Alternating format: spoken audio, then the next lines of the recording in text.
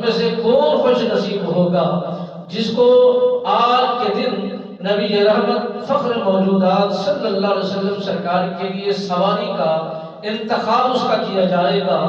ہر براق اپنی کشمکش کے اندر موجود ہے، وہ براق روئی جا رہا ہے، آنکھوں سے آنسو برسائے جا رہا ہے۔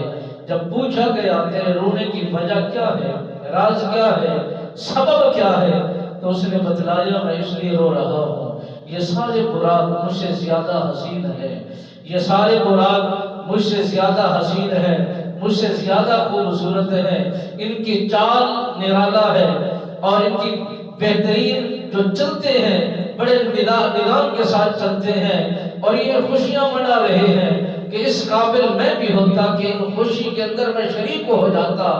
میں اتنا خوبصورت نہیں ہوں جتنا یہ زیادہ خوبصورت ہے۔ جناب جبرائیل امین پاک کو اس کی یہ اداؤں کے الفاظوں کا بہت بڑا بہترین چناؤ اچھا لگا، پسند آیا۔ آپ نے فرمایا یہ ادیب ہے، ادب کرنا جانتا ہے اور عاجزی کرنا جانتا ہے، انکساری کرنا جانتا ہے۔ جس کو میں لانے کے لیے آیا ہوں یہ بھی عاجزی کرتے ہیں، انکساری کرتے ہیں، تواضع کا اپنا زیور سمجھتے ہیں، کیوں نہ اسی کا انتخاب کیا جائے۔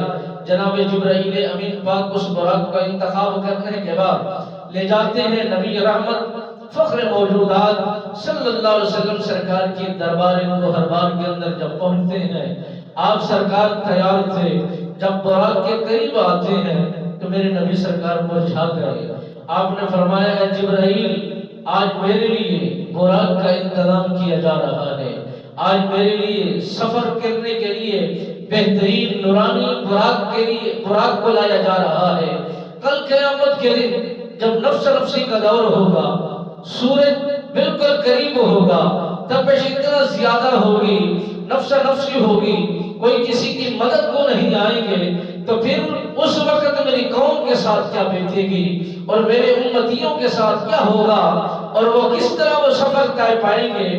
براق کسی نبی کو کسی دور میں کسی کو حاصل نہیں ہوا، کسی کے لیے سواری کا اہتمام نہیں کیا۔